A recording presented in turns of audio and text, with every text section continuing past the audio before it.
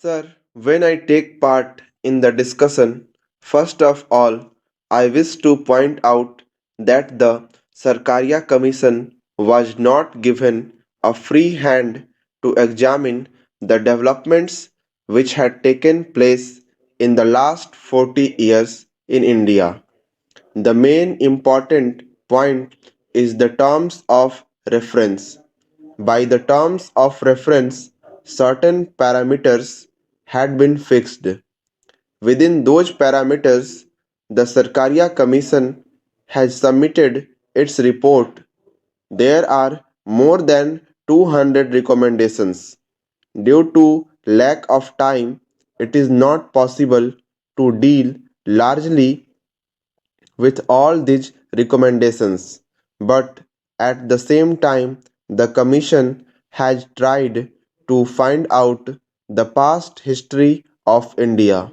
The Commission has said that too much centralization was objected to from the Mauryan period to the Mughal period. The Commission has stated the fact similarly under the British rule also centralization was actually objected to by the people by the states. Para. The founding fathers of our constitution were painfully conscious that the feeling of Indian nationhood was still in the making and required to be carefully nurtured. They therefore built a constitutional structure with a powerful central government, envisaging the emergence of an indivisible and integrated India. The concept of a strong center which is necessary to meet India's immediate needs was virtually in the latter period converted into the concept of a unitary state with priority for the center in all cases. This was the basic of the process of excessive centralism, with all powers in the hands of the center. India is developing on the path of capitalism, especially monopoly capitalism. When monopoly capitalism develops in a country, it is then natural that the general argument will be for centralization of the powers in the hands of the central government because they want to protect the interests of the monopoly capitalists and also help the capitalists. So, that is the natural argument. This argument has been there for the last so many years, but over centralization has taken place, and we know that it has taken place. What is the result now? Many are talking about the unity of the country, about the integrity of the country. But what has happened in the states? Communal forces have grown, divisive forces have grown, and the integrity of the country has been jeopardized. When the powers were vested in the hands of the center, why has the center failed? The Khalistan movement is there, and there are other movements also. Secessionist movements. Now, some people are demanding a Jharkhand state, and then there is a demand for an Uttarakhand state. These are all developing. There was a similar demand in Darjeeling, but fortunately that has been solved now. But other fisparous tendencies are growing, and the center has not been able to control them.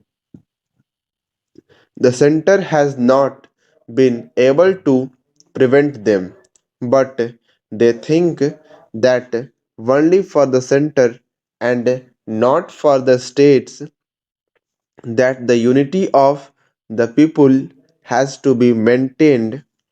The question of center state relations in India is not a question concerned only with the implementation of federal principles or with preventing the violation of those principles or suggesting a few constitutional amendments, but it is concerned with the question of maintaining Indian duty, maintaining and consolidating the sense of Indianness or Indian oneness among all the constitutionists of the Indian Union, with the center as the expression of that unity, but for maintaining that unity which has enabled us to compel the British to quit, the constituent units have not received any reward in the integration of the units because the constituent units consisted of big territories, each with its own language and heritage. And in these huge linguistic national units, their linguistic identity and sense of unity grew side by side with the identity of the Union. So, a deep thought has to be bestowed on how to maintain the duty with the support of the people, with one support of the states. But that is not the concern of the central government. The Sarkaria Commission has been able to make certain recommendations within certain parameters. Even within those parameters, two recommendations are there.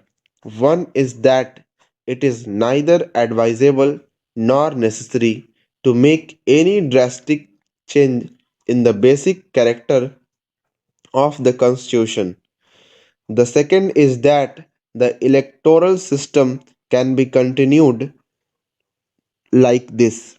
In the second recommendation, the Commission says that it certainly calls for improvement and, and reform in a number of aspects.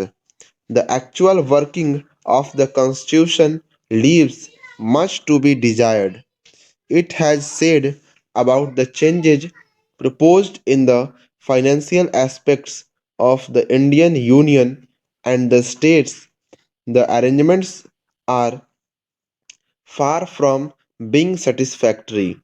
It has said about the role of the governors, reservation of state bills for consideration of the president, use of extraordinary powers, etc. The Commission has said about the Intergovernmental Council with a comprehensive size. It has said about a National Economic Development Council having a nexus with the Planning Commission, limitation of the centrally sponsored schemes, state finance and planning, etc.